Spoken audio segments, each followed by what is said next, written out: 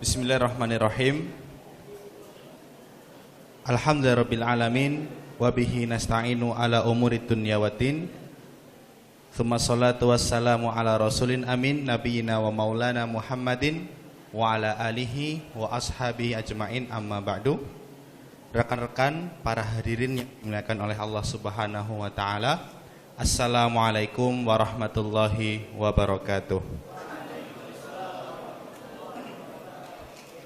Yang kami hormati Wadir Binmas Polda Kalsel, Pak Rudi beserta jajarannya, kemudian Bapak Kapolsek Martapura, Ketua RT 19 Kelurahan Sungai Paring, kemudian para alim ulama, guru dan ustadz serta ustazah dan pegawai Yayasan Sa'adah Martapura yang berhadir pada siang hari ini.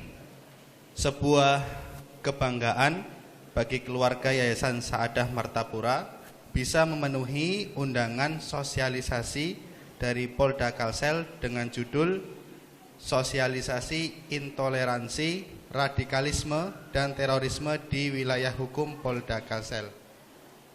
Saya selaku pembawa acara pada kesempatan kali ini izinkan untuk membacakan lintasan kegiatan pada siang hari ini. Yang pertama adalah pembukaan dan sambutan. Yang kedua pengantar dan penyampaian materi. Yang ketiga ada sesi tanya jawab.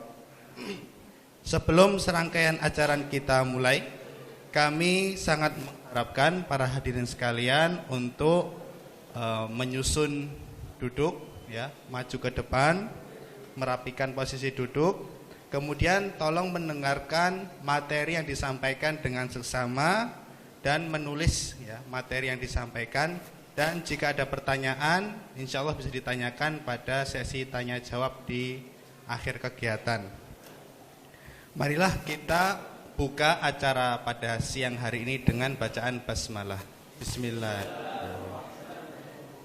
Kemudian acara yang selanjutnya adalah pembukaan dan sambutan dari perwakilan Yayasan Sa'adah Martapura selaku pemateri Al-Ustadz Mukhlis Biridho.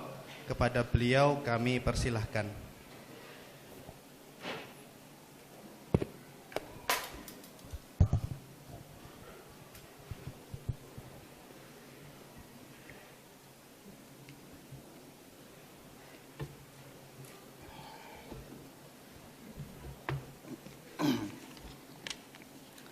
Assalamualaikum warahmatullahi wabarakatuh.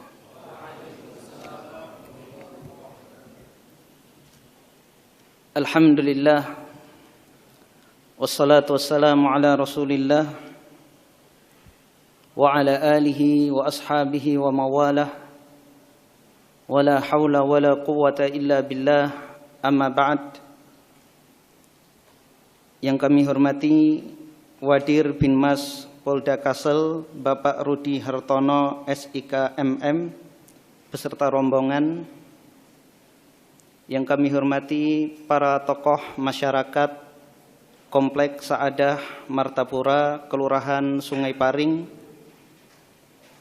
Yang kami hormati Ketua Yayasan Sa'adah Martapura Ami Sofi Mohsin Talib beserta pengurus yayasan. Yang kami hormati seluruh ustadz, ustadzah, staf Ma'had Bakkah, hadirin dan hadirat rahimani wa rahimakumullah. Sebagaimana kita ketahui bahwa di antara nikmat yang paling berharga yang diberikan oleh Allah Subhanahu wa taala kepada kita adalah rasa aman. Bahkan keamanan ini lebih penting daripada nikmat harta. Dengan keamanan kita bisa tenang dalam beribadah. Seorang ayah bisa mudah mencari nafkah, anak-anaknya bisa konsentrasi di sekolah. Oleh karenanya Nabi Ibrahim alaihi salam di dalam surah Al-Baqarah ayat 125 meminta kepada Allah Subhanahu wa taala agar menjadikan negeri Mekah menjadi negeri yang aman sebelum meminta rizki. Rabbi ja'al hadza baladan amina warzuq ahlahu minats tsamarat. Ya Allah, jadikanlah negeri ini negeri yang aman dan karuniakan kepada mereka rizki berupa buah-buahan.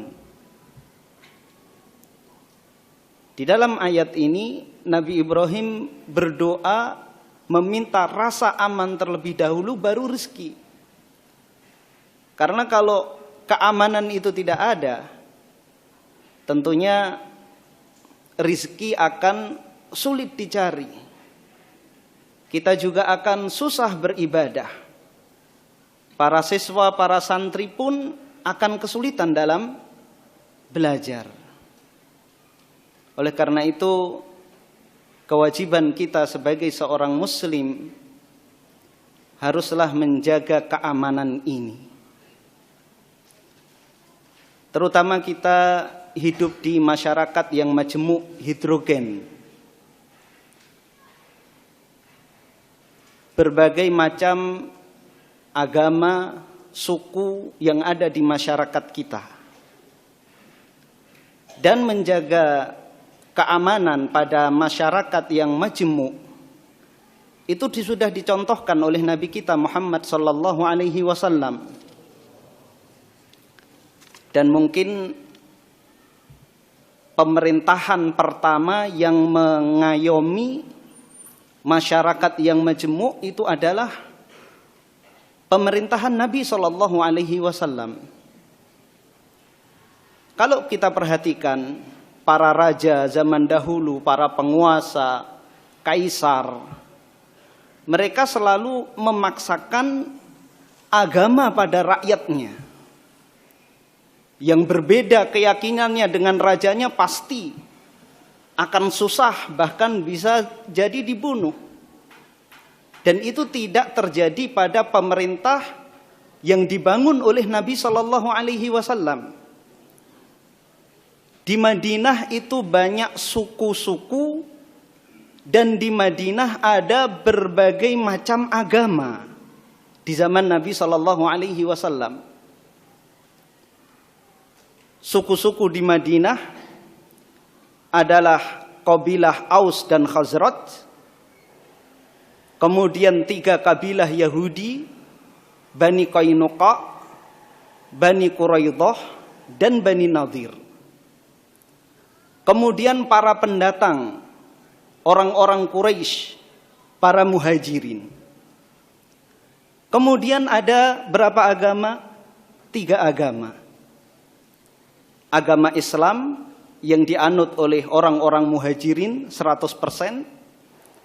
Kemudian sebagian orang-orang Aus dan Khazraj.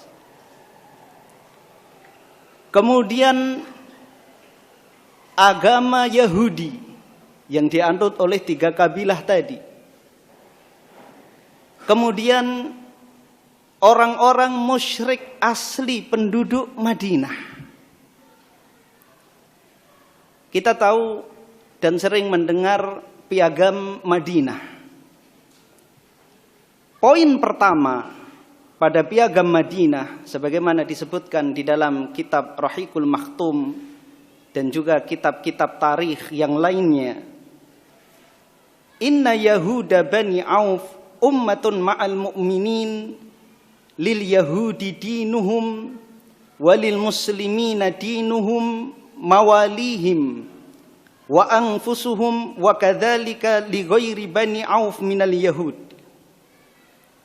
Sesungguhnya orang-orang Yahudi Bani Auf adalah satu kesatuan bersama kaum muslimin.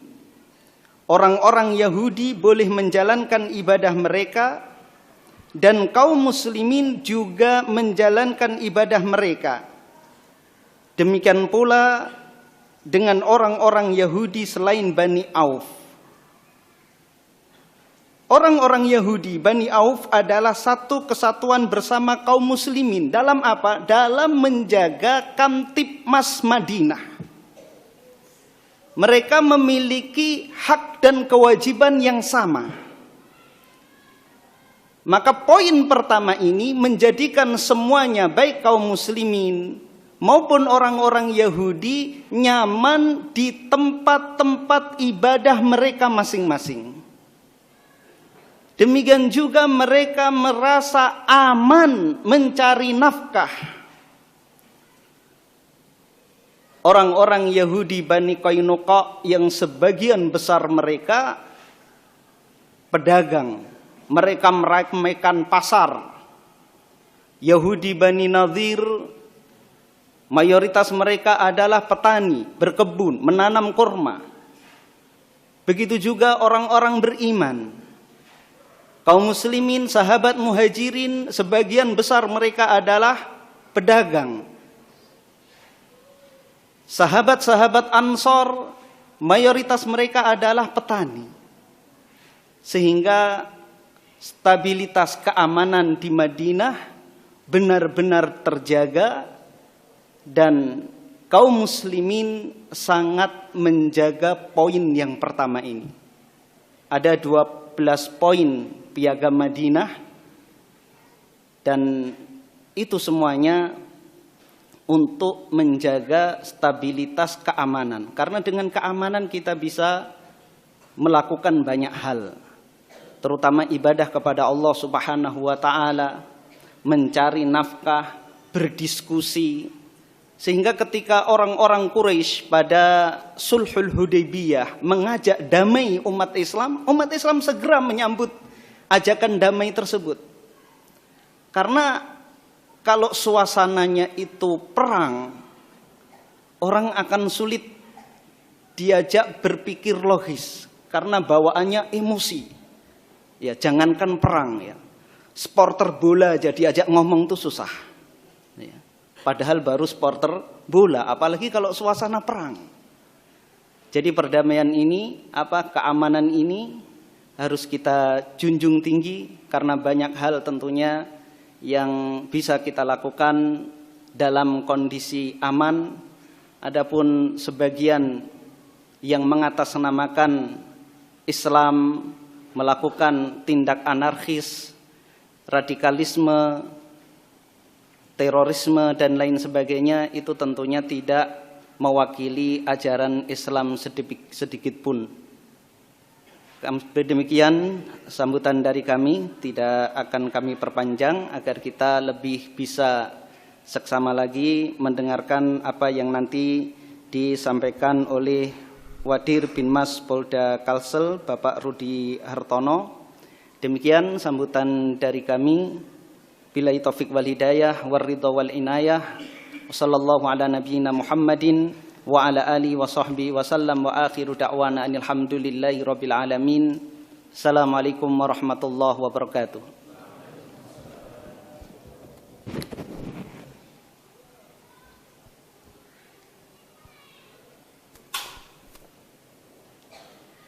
Terima kasih dan jazakumullah khairan kepada Ustadz Mukhlis Biridho atas pembukaan ya, dan sambutan dari Yayasan Sa'adah Martapura. Selanjutnya kita mengajak ke acara inti, yaitu pengantar dan penyampaian materi oleh Bapak Rudi Hartono SIK MM selaku Wadir Binmas Polda Kalsel. Kepada Bapak Rudi Hartono, silahkan untuk menyampaikan materi.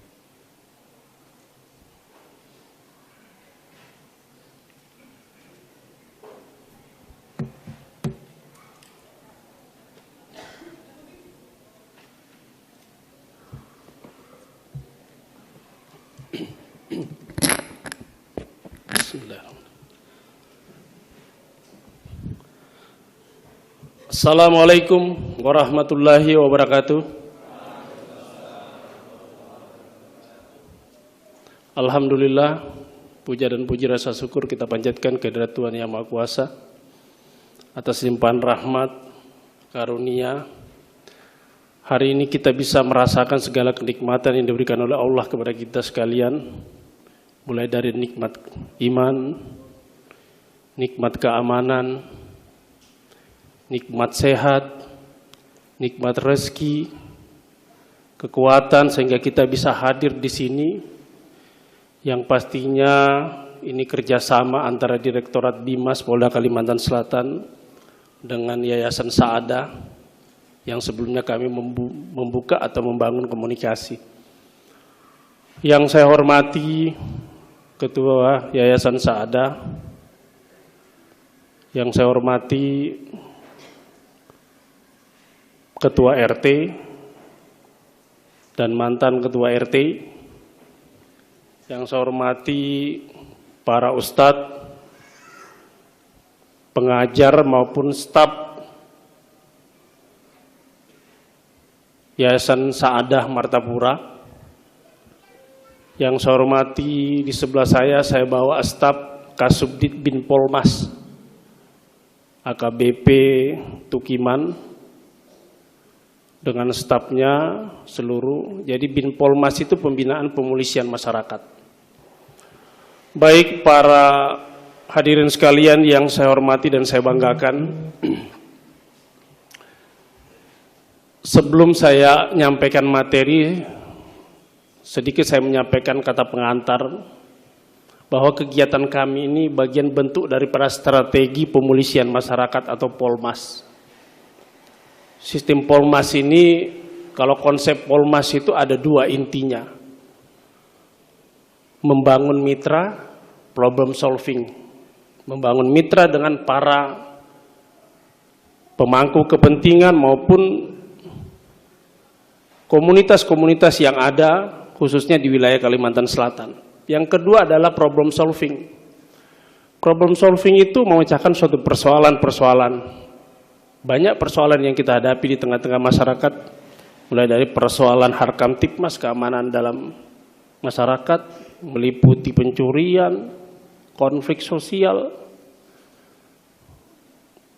pemaparan bahaya laten komunis, bahaya laten radikalisme dan terorisme banyak. Nah, ini kami membangun mitra. Saada, Yayasan Saada ini yang merupakan mitra kami, kepolisian, yang harapan kami juga memberikan kontribusi masukan kepada kami, Direktorat Bimas Polda Kalimantan Selatan, untuk bisa memecahkan persoalan-persoalan yang terjadi di tengah-tengah masyarakat. Kemudian hari ini kami sudah berjalan 9 hari melaksanakan kegiatan operasi kepolisian dengan Sandi Bina Waspada tahun 2002. Jadi hari ini juga bentuk kegiatan daripada operasi kepolisian. Perlu saya jelaskan kepada hadirin sekalian bahwa operasi kepolisian itu tidak seperti yang tergambar di pikiran banyaknya masyarakat yang awam. Bahwa seolah-olah operasi itu kayak razia. Operasi itu razia, sweeping, pemeriksaan kendaraan, tilang. Nah, bukan. Itu bagian bentuk daripada operasi kepolisian, tapi jangan disamakan bahwa setiap operasi kepolisian itu bentuknya adalah sweeping, razia. Jadi operasi kepolisian itu kegiatan khusus kepolisian yang mengedepankan fungsi-fungsi, ada fungsi penegakan hukum yang biasanya itu ya razia atau tilang atau sweeping. Tapi yang namanya operasi kepolisian yang mengedepankan fungsi preemptif. Preemptif itu penggalangan yang seperti kami lakukan ini adalah preemptif, bentuknya sosialisasi atau edukasi. Proses edukasi pembelajaran dari mungkin yang kita sering salah penafsiran atau salah konsep. Yang hari ini kami bawakan tentang konsep intoleransi, radikalisme maupun terorisme. Yang pastinya perspektif yang kami bangun adalah perspektif hukum. Kalaupun nanti yang tergambar di pikiran para hadirin sekalian berdasarkan perspektif agama, maka kami menyampaikan dalam perspektif hukum, sudut pandang hukum. Ya, bisa saja nanti akhirnya berbeda dengan pemikiran rekan-rekan sekalian, para hadirin sekalian, bisa saja berbeda. Karena perspektif hukum kita mengacu ke hukum positif, yaitu hukum yang berlaku di negara Republik Indonesia. Itu yang perlu saya sampaikan, bahwa membangun mitra, strategi pemolisian masyarakat, kemudian kegiatan operasi kepolisian yang nanti takutnya, wah ini Direktorat Bimas Polda mau razia ini, mau operasi, bukan itu. Jadi operasi kepolisian itu tidak serta-merta kegiatannya adalah sweeping, tidak. Jadi operasi itu juga bentuk kegiatannya adalah kegiatan edukasi, sosialisasi, itu juga bentuk kegiatan yang mengedepankan fungsi kami Binmas, pembinaan masyarakat. Jadi ada direktorat di Polda namanya Direktorat Bimas Pembinaan Masyarakat. Operasi ini melekat kepada kami Direktorat Bimas. Jadi kegiatannya edukasi, bentuk sosialisasi penyuluhan. Ya, ada yang preventif pencegahan, ada yang penegakan hukum. Kalau kami pada level tatanan preemptif, penggalangan.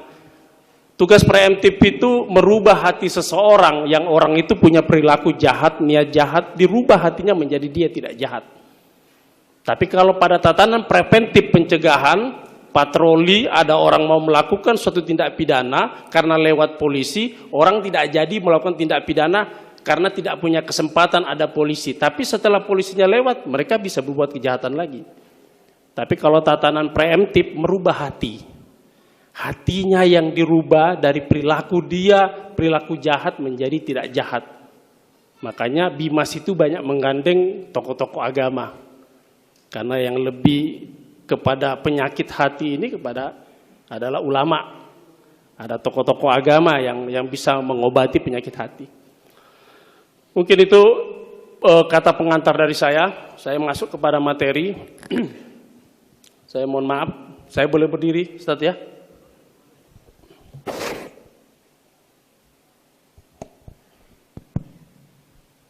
Baik, pada kesempatan ini saya nyampaikan tentang materi konsep tentang intoleransi, radikalisme, dan terorisme. Sekali lagi para peserta sekalian, para hadirin sekalian, kami berdasarkan perspektif hukum. Jadi sudut pandangnya, kacamata kami melihat dari kacamata hukum. Nanti kami akan jelaskan, ya bisa saja akhirnya nanti itu berbeda pemandangan. Nanti kita buka sesi tanya jawab untuk bisa kita mensinkronkan antara perspektif dan menurut pandangan agama yang rekan-rekan ketahui dengan yang kami ketahui berdasarkan perspektif hukum. Jadi yang pertama, ini tantangan yang kita hadapi. Indonesia saat ini kita dihadapi dengan berbagai macam persoalan. Mulai dari persoalan ideologi tentang komunis, radikalisme, ekstrem kiri, kemudian radikal kanan, ekstrem kanan, ya, kemudian paham-paham radikal yang lain, karena kegiatan paham radikal ini tidak semua persoalan masalah agama. Jadi konsep radikalisme, isme ini artinya paham, itu tidak semua persoalan agama, ada persoalan politik, persoalan ekonomi, ada persoalan budaya, dan banyak lagi yang lain. Kemudian yang kita hadapi persoalan politik. Politik itu persoalan korupsi masih marak di negara-negara kita. Kemudian konflik internal parpol juga masih pemandangan yang sering kita lihat di berbagai media. Kemudian minim kaderisasi parpol juga. Kemudian ini tantangan sosial budaya, masalah narkoba, ya, narkotik dan obat-obat terlarang. Ini juga persoalan yang dihadapi oleh bangsa Indonesia. Kenakalan remaja. Kita lihat di media banyaknya tawuran, yang sekarang tawuran ini tidak segan-segan lagi melumpuhkan lawannya yang mereka anggap lawan, bahkan sampai membunuh, melakukan pembunuhan. Kemudian kejahatan terhadap anak, ini juga sama. Persoalan kejahatan terhadap anak ini banyak sekali terjadi. Ya, banyak terjadi. Seorang orang tua memperkosa anaknya, seorang orang tua mempekerjakan anaknya sebagai pekerja seks komersial. Bahkan pernah di Jakarta ditelusuri oleh Komisi Perempuan dan Anak, menemukan seorang anak berdebat di depan warung, seorang anak perempuan, yang mereka dorong-dorongan. Ini persoalan moralitas. dorong kamu ditelusuri, ternyata kamu dorong-dorongan ini jatah kamu, giliran kamu malam ini. Ditelusuri lagi, kenapa giliran apa? Ternyata giliran kamu malam ini memuaskan nafsu bejat ayah kandungnya sendiri. Ini persoalan moralitas yang terjadi di tengah-tengah kita. Di Jakarta itu ditelusuri dan itu ditemukan. Kemudian Hankam Pertahanan Keamanan masalah terorisme, ini bahaya laten. Yang dikatakan bahaya laten itu sewaktu-waktu persoalan itu akan muncul. Laten komunis, terorisme, yang sampai saat ini juga kita dihantui persoalan terorisme. Kemudian ada separatisme, konflik sosial SARA, separatisme. Kalau separatisme itu seperti di Aceh, kemudian OPM yang pengen merdeka, ya ini separatisme namanya. Dan kemudian ada persoalan ekonomi yang kita hadapi.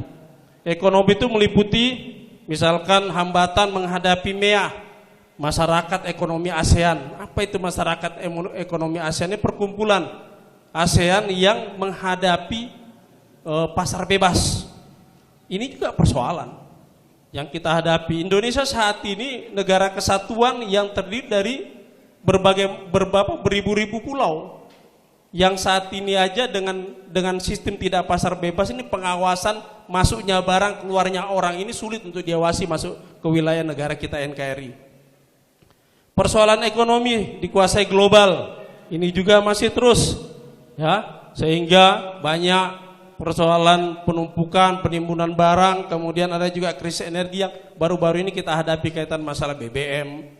BBM ini dipengaruhi oleh perang geopolitik antara Rusia dan Ukraina. Karena Rusia ini penghasil BBM yang terbesar, ya, yang akhirnya terpengaruh berdampak kepada Indonesia. Ini persoalan yang kita hadapi. Kemudian kita masuk kepada kelompok ekstrim. Kalau dalam bahasa kami di kepolisian atau di pemerintahan, ekstremis, ya, ada membagi menjadi dua, ekstrim kanan dan ekstrim kiri. Sekali lagi ini aspek hukum. Saya menggambarkan berdasarkan sudut pandang hukum, ya. Ekstrim kiri itu aliran komunis. Kalau ada bicara tentang kelompok ekstrim kiri, berarti itu masuk dalam kategori aliran komunis, ya, komunisme, aliran Leninisme dengan Marxisme, ya. Kemudian ekstrim kanannya adalah faham khilafah atau faham takfiri. Kita lihat di bawahnya yang sekarang yang baru dibubarkan adalah Hizbut Tahrir, HTI yang mengusung konsep khilafah. Kemudian ada JAT, ini Jamaah Ansori Tauhid, ya, yang saat ini juga menjadi ancaman bagi Indonesia. Kemudian di ini Partai Komunis tadi, yang di tengah-tengah adalah moderat nasionalis. Yang dikatakan nasionalis ini tengah-tengah nasionalis menciptakan dan mempertahankan kedaulatan sebuah negara yang ideologi Pancasila. Yang kita dihidup di Indonesia bahwa ideologi Pancasila. Apabila ke kanan itu salah, ke kiri juga salah. Maka kita diminta namanya moderat, sering kita dengar moderasi beragama. Beragama tapi tetap mengacu kepada sesuai dengan dasar negara adalah Pancasila dan Undang-Undang Dasar 1945. Ini ancaman. Di balik ancaman yang dihadapi tadi, kita kaitan masalah spesifik, kita turun kepada persoalan intoleransi, radikalisme dan terorisme. Kita lihat hampir seluruh merata di wilayah negara kesatuan Republik Indonesia. Persoalan yang kita hadapi. Kita masuk, kita lihat gambar di layar. Ada segitiga. Segitiga ini menunjukkan, kalau kita lihat segitiga ruang yang paling besar itu adalah intoleransi. Ruang yang paling besar. Kemudian radikalisme, kemudian dia terorisme. Ini menunjukkan bahwa secara teori, secara definisi adalah radikal. Secara definisi teroris itu adalah radikal, tapi tidak semua kelompok radikal berakhir menjadi teroris. Gambarannya begini. Intoleransi itu banyak terjadi di tengah-tengah masyarakat. Yang paling banyak ini, ruang ini terjadi di tengah-tengah masyarakat. Kemudian dari terjadinya intoleransi, maka dia meningkat menaik kelas menjadi radikal. Tapi tidak semua orang yang intoleransi menjadi radikal. Dia naik kelas nih, dari kelas intoleransi dia naik kelas menjadi kelas radikal. Setelah dia jadi radikal, sebagian dari intoleransi yang besar ini menjadi radikal, kemudian radikal ini dia naik menjadi teroris. Tidak semua orang yang radikal menjadi teroris. Jadi sebagian saja yang meningkat dia menjadi teroris. Ini menunjukkan bahwa intoleransi itu banyak yang terjadi, pelanggaran intoleransi itu banyak terjadi di tengah-tengah masyarakat. Kemudian dia meningkat jadi radikal dan meningkat menjadi teroris.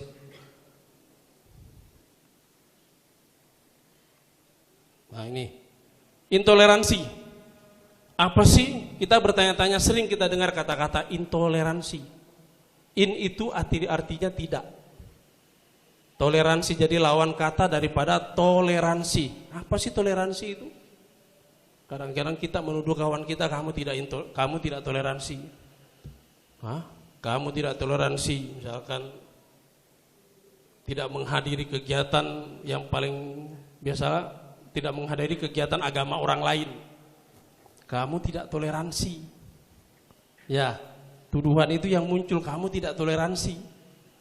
Sering. Nah, kita untuk mengetahui apa sih, apakah benar pelanggaran itu adalah pelanggaran toleransi, intoleransi atau tidak, maka konsep intoleransi sendiri harus kita paham.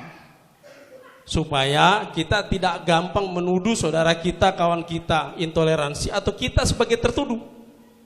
Atau kita yang jadi tertuduh sebagai pelaku intoleransi, karena salah memahami konsep daripada intoleransi itu sendiri. Jadi kalau kita buka dalam Kamus Besar Bahasa Indonesia, KBBI, kalau konsep secara konsep kita mengacu kepada KBBI, Kamus Besar Bahasa Indonesia, toleransi itu adalah tenggang rasa. Jadi tenggang rasa saling hormat menghormati, harga menghargai, bukan berarti kalau agama lain melakukan ibadah kita ikuti dalamnya juga ibadah bersama, bukan. Jadi kita tenggang rasa. Ada saudara kita yang non muslim melakukan kebaktian dalam suatu komplek, maka kita ya bertoleransi. Walaupun kita tidak seiman, mungkin secara syariat itu merupakan pelanggaran yang berat dalam konsep agama yang kita anut. Tapi kita harus bertoleransi secara konsep kacamata hukum yang ada di Indonesia. Maka kita harus bertoleransi. Selama itu tidak melanggar kaedah-kaedah yang berlaku dalam kehidupan bermasyarakat. Ada masalah ketertiban di masyarakat. Kalau kira-kira teman kita ibadah lewat dari jam istirahat, jam malam, maka kita harus menyampaikan secara etika, menyampaikan. Begitupun dengan kegiatan ibadah kita. Pada saat kita juga melakukan kegiatan ibadah yang mungkin akan melewati batas jam malam, maka juga kita harus juga memahami. Nah, ini yang dikatakan bahwa bertoleransi. Lawan kata dari toleransi itu adalah intoleransi, berarti tidak tenggang rasa. Banyak persoalan yang muncul konflik di tengah-tengah masyarakat, persoalan apalagi persoalan agama ini yang paling riskan. Kenapa? Karena selalu karena tidak mementingkan perasaan. Karena perasaan. Jadi karena tidak mementingkan perasaan, persoalan internal itu dibawa masuk ke ranah publik. Ceramah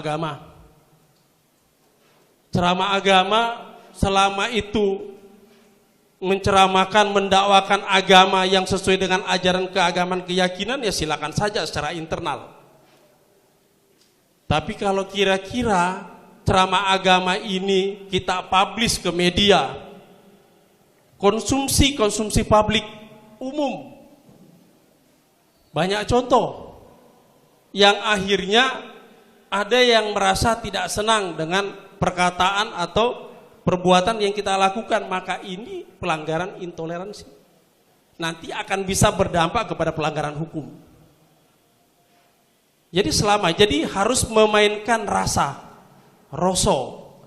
perasaan. Kalau kira-kira orang ini melakukan kegiatan agama yang menurut agama mereka benar, tapi didengarkan oleh agama yang lain yang itu menyinggung perasaan, maka itu juga kita harus merasa bahwa ini bukan areal kita, bukan ruang kita. Nah, ini yang harus kita jaga. Jadi harus ikut perasaan.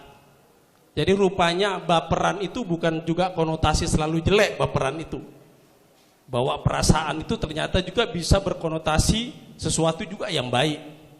Saya mau berbuat begini, kalau kira-kira saya buat kegiatan agama di kampung sampai jam waktu malam pakai kasidah rebana misalkan sampai jam 12 malam, kira-kira mengganggu tetangga sebelah atau tidak? Kira-kira yang sebelah ini yang agama non muslim, agama yang muslim pun mungkin juga bisa karena ingin istirahat atau yang lain, kira-kira mengganggu atau tidak, itu main. Kita bawa perasaan kita. Begitupun mungkin juga agama lain, misalkan Kristen melakukan kegiatan kebaktian di rumah, menggunakan mungkin organ tunggal, alat musik juga pakai perasaan. Kalau kira-kira jam malam udah lewat, ya juga harus berhenti. Nah, itu persoalan yang muncul konflik di tengah-tengah masyarakat itu karena persoalan tidak membawa perasaan dalam urusan bergaul di tengah-tengah masyarakat.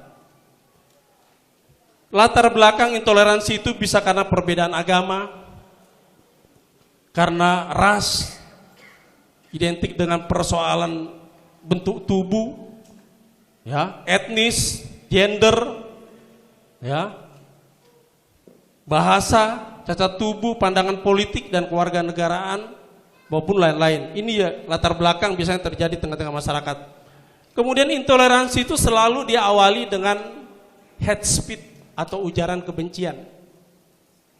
Hate speech, jadi ujaran kebencian. Jadi intoleransi diawali, tidak bertoleransi sudah mulai, misalkan nanti kita lihat contoh-contohnya. Kita tunjukkan contoh-contoh yang itu masuk dalam kategori apakah ini toleransi atau tidak. Kemudian pembiaran ujaran kebencian, membiarkan terjadinya suatu hate speech atau ujaran kebencian ini berpotensi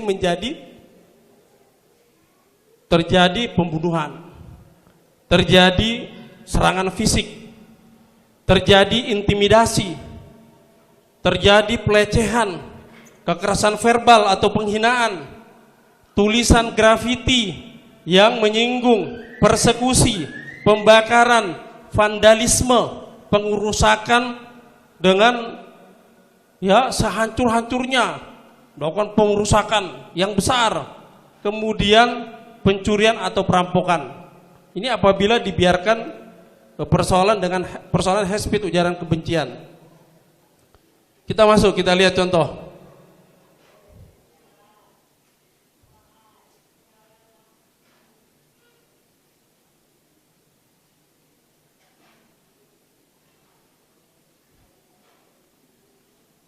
Ya, ini sudah pernah baca atau sudah pernah dengar? Jadi surat edaran dari Dirjen Bimas Kementerian Agama tentang penggunaan pengeras suara di tempat ibadah. Jadi ini juga muncul polemik, terjadi juga di tengah-tengah masyarakat. Kok dilarang? Azan kok dilarang? Ya, yang akhirnya baru-baru ini yang viral itu karena salah ngomong, ya, membandingkan antara suara azan dengan suara sesuatu mungkin, dan sudah diklarifikasi. Ini persoalan surat edaran ini dari tahun 78, sudah semenjak tahun 78, kemudian diperbarui tahun 2018, muncul lagi kemarin tahun 2021. Surat edaran ini mengatur tentang bagaimana penggunaan pengeras suara di tempat ibadah. Ya, di sini kita lihat fokus kepada tempat ibadah masjid. Yang dilarang apa saja? Ngaji-ngajian di masjid itu dibatasi, ada waktunya, nggak boleh ngaji-ngajian itu lebih dari 15 menit, ada yang 5 menit. Boleh ngaji-ngajian sebelum azan dikumandangkan. Tapi dibatasi waktunya, ada yang 5 menit, ada yang 10 menit. Bukan 1 jam. Apalagi subuh, sholat subuh itu diatur, sholat subuh itu diatur. Ya. Maghrib mana tadi? Yang subuh nih subuh. Ya. 15 menit sebelum azan dikumandangkan. Jadi bukan 1 jam. Ya, kalau 1 jam itu kategori, kenapa dimunculkan surat edaran ini? Supaya kaitan masalah tadi, toleransi antara umat beragama. Supaya kita ya tidak mengganggu agama, penganut agama orang lain yang mungkin saat itu mereka tidak punya kewajiban karena mereka meyakini mereka tidak sholat. Atau ada seorang wanita yang tinggal di rumah mungkin dengan anaknya yang belum balik, atau dia pun lagi berhalangan, maka dia tidak sholat. Tadi malam dia anaknya rewel, dia nggak bisa tidur. Akhirnya pada waktu mendekati subuh jam 3 sudah bunyi corong masjidnya mengarah ke rumah, dan ini mengganggu, akhirnya nggak bisa tidur. Nah ini yang harus, perasaan ini juga yang harus juga kita perhatikan. Ya, kalau azan itu kan syiar, tidak ada larangan tentang azan, tapi diatur tentang pengeras suara azan masjid. Kita lihat, ya. Jadi diatur sampai dengan urusan berdehem, itu nggak boleh menggunakan pengeras suara. Sampai dengan tes 1 nggak boleh, diatur di surat edaran. Kemudian diatur yang mengumandangkan azan harus yang suaranya merdu, bukan yang jembreng. Ya, kalau di masjid-masjid kampung jembreng suaranya kai-kai karena sudah tua. Pada saat kita kasih tahu kenapa kai, kendadakah yang muda kadang-kadang yang ke masjid guring semua. Jadi terpaksa kai-kai, tapi ada juga kai-kai nggak mau diganti. Keras dia, harus saya, katanya pahala azan milik saya. Diatur di sini bahwa yang boleh mengumandangkan azan adalah yang suaranya merdu. Tidak digunakan untuk pengumuman-pengumuman yang lain. Jadi murni azan itu, murni pengeras suara itu hanya digunakan pengumuman tertentu untuk kematian, pengumuman yang lain, dan hanya azan, kemudian suara ngaji-ngajian yang dibatasi. Pertanyaannya, bagaimana dengan kajian agama, pengajian? Diatur tidak boleh menggunakan suara toa luar. Tapi faktanya di tempat kita banyak yang menggunakan toa luar. Ini akan tidak membawa perasaan. Bagaimana seandainya ustadz itu berceramah menyinggung tentang orang-orang kafir itu tempatnya di neraka misalkan, padahal secara konsep keagamaan itu kan benar dalam situ, tapi karena ini masuk ke areal publik menjadi sesuatu yang salah.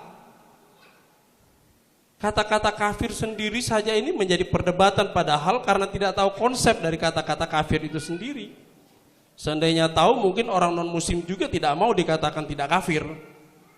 Karena mereka yang menutup diri, yang tidak meyakini Tuhannya umat muslim, kan mungkin mereka juga tidak mau dikatakan kafir. Cuma karena kata kafir digunakan untuk menjudge suatu kejelekan, yang akhirnya orang, aduh, kalau udah kafir bahaya ini.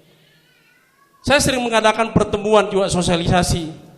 Pada saat saya buka forum tanya jawab, saya tanya, boleh nggak saya, ada beberapa yang non muslim, boleh nggak saya mengatakan dia kafir? Yang lain mengatakan yang Islam nggak boleh. Ada yang boleh, nggak boleh. Saya tanya yang kafir, boleh nggak saya mengatakan Anda kafir? Boleh-boleh aja. Malah justru yang non muslim nggak komplain, tapi yang komplain yang muslim. Saya tanya, ngerti nggak apa kata kafir itu? Ya nggak paham. Banyak nggak paham. Ya kafir ya itulah penghinaan menurut mereka. Padahal kan bukan demikian. Cuma dalam syariat imannya seorang Islam itu kan memang, makanya ceramah agama itu jangan diperdengarkan keluar. Ya Pak, tapi kan tujuannya supaya yang di rumah-rumah juga dengar ceramah sambil lagu goyang dompet. Kira-kira masuk nggak? Nggak masuk lah kira-kira ya. Nah ini yang persoalan ini yang tidak dipahami. Saya juga kemarin pada saat sosialisasi juga ada yang menanyakan, Pak, kenapa harus dibatasi suara-suara masjid yang ibadah? Kalau saya bilang esensinya begini persoalannya. Karena yang tadi bahwa di lingkungan kita itu tidak semua, ada yang tidak semua beragama muslim, ada juga yang beragama lain. Supaya ke pengajian atau yang lain mereka tidak merasa terganggu. Seperti halnya gereja-gereja. Saya pernah dinas di suatu kabupaten yang penduduk muslimnya itu hanya 2%. Saya dinas di penduduk mayoritas Kristen itu 98%. Dan saya nggak pernah sebagai umat muslim di Polres itu saya nggak pernah merasa diganggu oleh umat-umat non-muslim dengan suara gereja misalkan, nggak pernah ada keluar, nggak pernah terganggu. Bahkan kita ada masjid di Polres itu juga tidak pernah. Nah sekarang kita berbalik lagi bagaimana kalau misalkan kita berada di kalangan yang mayoritas, maka ini perasaan ini juga harus kita bawa sertakan bahwa ya kita juga pengen hidup damai walaupun di tengah-tengah, walaupun kita minoritas. Nah ini semua esensi daripada itu diatur supaya tidak ada ketersinggungan. Tapi faktanya kita penyuluh-penyuluh juga yang harusnya mendakwakan ini di tengah-tengah masyarakat. Mungkin kada wani juga mungkin ya. Nanti kalau ikam kada pernah ke masjid, sudah mau pada akhir lagi mau ngatur urusan masjid. Nah ini persoalan ya. Udah nggak pernah ke masjid, mau ngatur-ngatur lagi. Itu saya dikasih tahu Wadir Bimas, nanti Wadir Bimas yang dicari orang nanti. Padahal ini surat edaran menteri dari Kementerian Agama mengatur tentang pengeras suara. Ya kita lihat rekan-rekan sekalian, para peserta. Apakah ini intoleransi?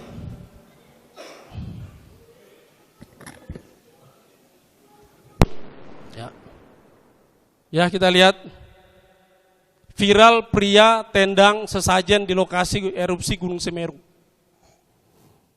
Dengan kutipan kata-katanya mengatakan inilah yang mendatangkan azab Allah. Tendang, videokan, viral. Secara konsep Islam, betul yang dia lakukan ini betul, yang dia sampaikan ini betul secara konsep Islam. Tapi persoalannya ada orang yang hidup berdampingan kita yang masih melakukan dan itu diakomodir oleh negara. Sekali lagi saya membawakan dalam perspektif hukum. Ada orang yang masih mengakomodir yang beragama Hindu, yang agama yang lain masih. Pada saat ini didokumentasikan, kemudian dipublish ke media, akhirnya munculnya hate speech. Ujaran kebencian. Ada pasalnya dalam undang-undang ITE jelas. Perbuatan tidak menyenangkan, ya, ujaran kebencian memprovokasi ini maka dia dihukum, maka ditangkaplah dia. Ya, ditangkaplah. Kemudian kita lihat lagi konflik berbalut agama di Papua menolak pembangunan menara masjid.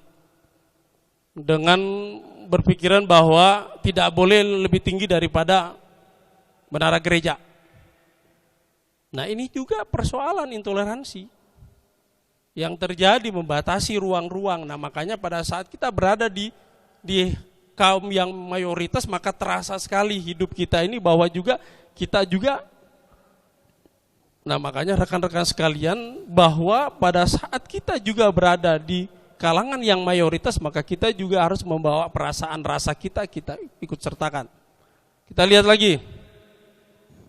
Media internasional soroti suara azan di Jakarta, ketakwaan atau kebisingan. Ribut lagi di media. Ya.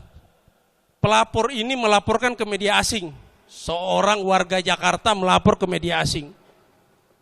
Apakah kita tahu agamanya apa perempuan ini?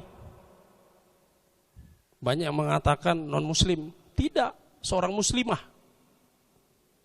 Seorang muslimah melaporkan ke media asing di Paris, Prancis. melaporkan kebisingan suara azan di Jakarta. Karena azannya tidak berhenti. Mungkin karena perbedaan alarmnya beda atau bangunnya beda, yang satu azan berhenti, yang satu sebelah lagi azan, satu lagi nggak berhenti. Sudah itu keluaran suara dari azannya itu melebihi daripada 100 desibel. Ketentuan dalam surat edaran juga diatur bahwa suara yang keluar dari masjid, pengeras suara dari tempat ibadah tidak boleh lebih daripada 100 desibel. Terlalu nyaring. Nggak boleh lebih. Perempuan ini merasa, perempuan ini sakit jantungan, yang dia tidak bisa mendengar suara keras. Perempuan ini, dia melapor, mungkin kenapa dia melapornya ke Paris sana, ke media asing? Karena sudah sering kali mengadukan di Jakarta melalui mungkin RT, melalui polsek terdekat, melalui tokoh-tokoh agama, tapi tidak digubris. Yang akhirnya dia melapor ke media asing, dan ini jadi viral di media. Kita lihat lagi persoalan apa nih? Akhirnya suara azan kembali menggema di Minahasa Utara. Nah, ini persoalan saudara-saudara kita juga ya, saudara yang muslim yang ada di kelompok yang mayoritas, mungkin mereka berkaca kepada persoalan yang terjadi di kalangan mereka yang minoritas, yang akhirnya ada seperti aksi balas dendam atau yang lain. Maka ini harus kita bawa perasaan kita. Ya, pada saat kita berada di mayoritas, kita juga membawa perasaan kita. Lihat lagi persoalan yang muncul nih, ya, yang paling banyak nih, ya, yang paling banyak nih, ya, isu Wahabi. Saya sering juga bertatap muka dengan para masyarakat. Saya tanya, ciri-ciri radikal teroris itu yang mana sih? Saya tanyakan, apa sih konsep radikal itu apa sih? Enggak paham, enggak tahu. Ya pokoknya itu Pak, yang berjenggot, celana cingkrang. Apa itu? Wahabi. Saya tanya, Wahabi itu apa? Enggak paham juga. Ya pokoknya itulah katanya Wahabi. Nah, ini juga isu, jadi isu juga yang berkembang di tengah-tengah masyarakat, Wahabi. Sebenarnya kalau persoalan Wahabi ada yang mereka anggap itu membawa aliran atau ajaran yang tidak benar, gampang tinggal bawa ke Majelis Ulama Indonesia. Kami kepolisian juga bertindak persoalan kaitan masalah aliran keagamaan, itu juga berdasarkan ada ahli. Siapa ahlinya? Majelis Ulama. Maka selalu kita sosialisasikan kepada masyarakat, jangan termakan isu Wahabi lah, menolak kajian inilah, kajian itulah, ada dauro, tablik akbar ditolak, Wahabi lah. Bawa ke rananya, bawa ke forumnya, sampaikan ke Majelis Ulama biar keluarkan fatwa. Apakah benar itu sesat atau tidak, ini yang persoalan. Selalu tidak dibawa, tapi pengen menyelesaikan dengan sendiri. Isu-isu ini berkembang terus mengalir di tengah-tengah masyarakat. Dan ini hampir merata. Saya dinas di Medan kurang lebih, di Sumatera Utara kurang lebih 2 tahun, sama juga isu-isu gini ya kental. Penolakan kajian, tempat pengajian di masjid-masjid, para takmir masjid menolak. Karena persoalan ini yang diangkat selalu persoalan Wahabi, tapi apa sih Wahabi? Kenapa nggak pernah dibawa masuk ke ranah yang lebih berkompeten yang mengurusi? Ya kalau memang benar itu salah, sesat, ya tinggal keluarkan fakta, fatwa, tidak diperbolehkan. Dan mana orangnya, yang mana dituduhkan. Nah ini juga masih terus berkembang. Kemudian ini ribuan umat Islam demo tolak pembangunan masjid Imam Ahmad bin Hambal di Bogor. Ini juga bentuk-bentuk intoleransi, padahal persoalannya sesama umat muslim. Sesama umat muslim sendiri, di persoalan ini intoleransi. Padahal kita suruh bertoleransi dengan berbeda agama. Ya, berbeda agama kita bertoleransi dengan berbeda agama. Tapi sesama umat muslim sendiri yang mana masjid juga digunakan untuk umum. Mungkin ada perbedaan saja, mungkin secara khilafiyah perbedaannya, ya, yang satu kunut, yang satu tidak kunut. Nah, itu kada kunut, bukan masjid kami itu. Ini nggak boleh yang begini. Padahal bebas. Ya, masjid untuk umum dibangun pun untuk umum. Ya, ini juga masih persoalan. Kita lanjut masuk kepada radikalisme. Konsep radikalisme juga ini ya kita harus lihat pengertian dalam Kamus Besar Bahasa Indonesia bahwa radikalisme itu kalau kata-kata isme itu ismenya menunjukkan bahwa itu faham. Faham, isme itu menunjukkan bahwa dia faham, pemahaman. Jadi radikalisme, pengertian dari radikal ini dilihat dari katanya radix, dari bahasa Latin, yang artinya akar. Selain dengan hal pengertian istilah ini sebagai segala sesuatu yang sifatnya mendasar sampai ke akar-akarnya, atau sampai pada prinsipnya yang diiringi dengan tindakan kekerasan. Sekarang pertanyaannya, radikal boleh apa tidak? Saya pernah mengikuti pendidikan dengan 3 negara, New Zealand, Inggris, Australia, dan Indonesia. Kalau pengertian mereka ekstremis itu tidak pada tatanan itu sesuatu yang membahayakan, radikal. Orang boleh saja radikal beragama untuk diri mereka. Taat beragama, tidak mengikuti sebagian yang banyak, kalau memang itu tidak diyakini tidak boleh, radikal boleh untuk diri sendiri. Tapi kalau misalkan radikal memaksakan keinginan untuk orang lain mengikuti dengan cara tindakan-tindakan memaksa dan kekerasan, ini yang dikategorikan radikalisme. Jadi di sini kita lihat prinsipnya diiringi dengan tindakan kekerasan.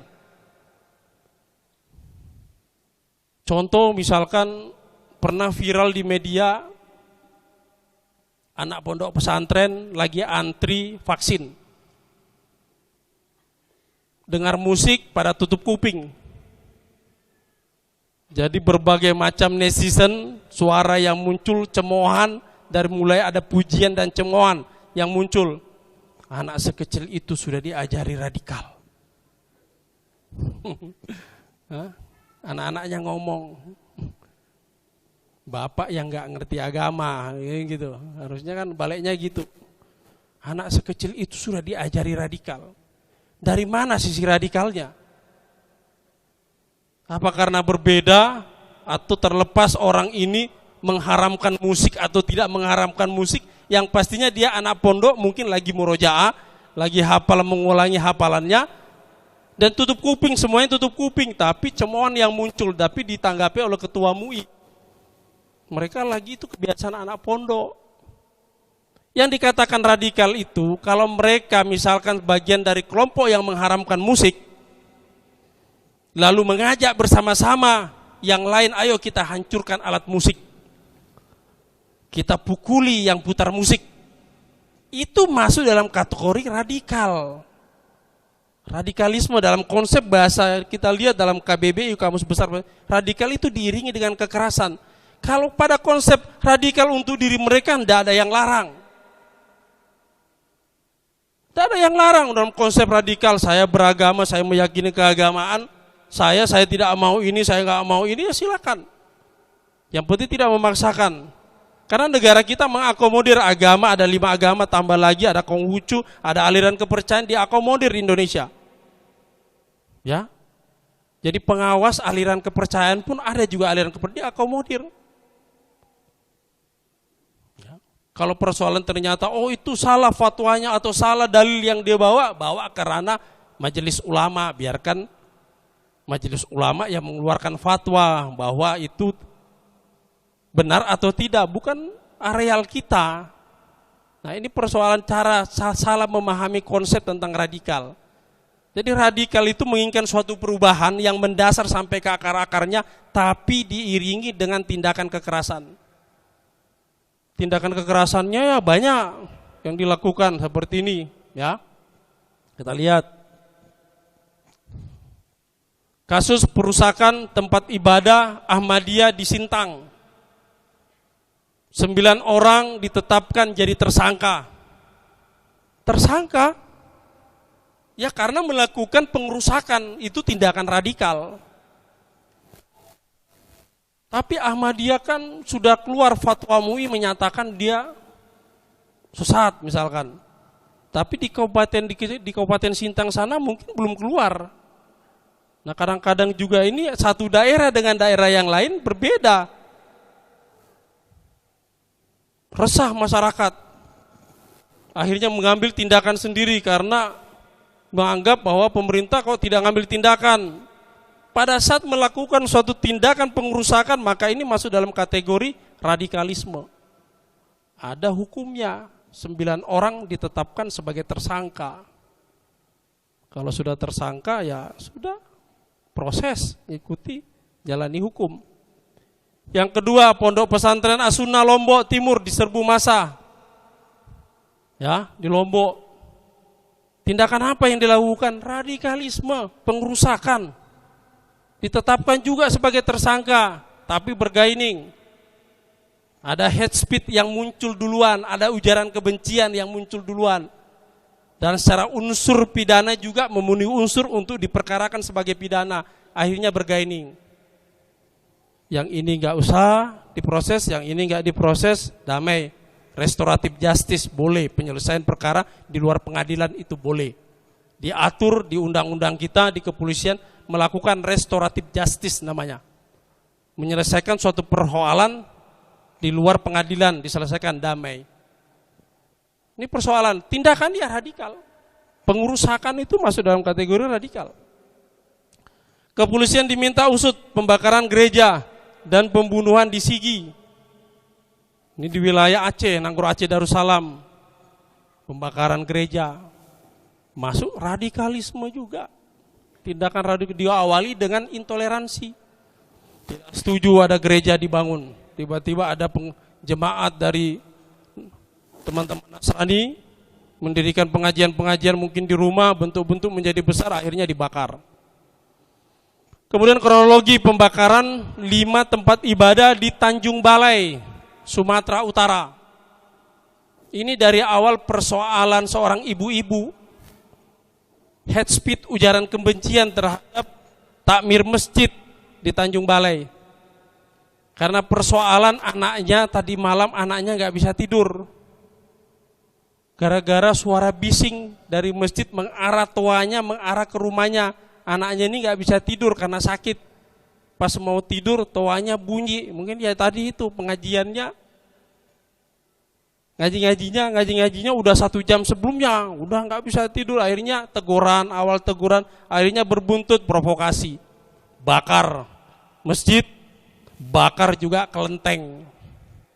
Jadi ini konfliknya dengan Konghucu, kelenteng di Tanjung Balai, Sumatera Utara. Kemudian ada tidak setuju dengan perempuan sholat di masjid, pria ini bakar fasilitas rumah ibadah di Sulbar. Karena keyakinannya perempuan tidak boleh sholat di masjid. Nggak setuju, tapi ada perempuan yang sholat dibakar masjidnya. Nah ini kan radikalisme. Kronologi pembakaran rumah ibadah kepercayaan Sabta Dharma di Rembang, Jawa Tengah.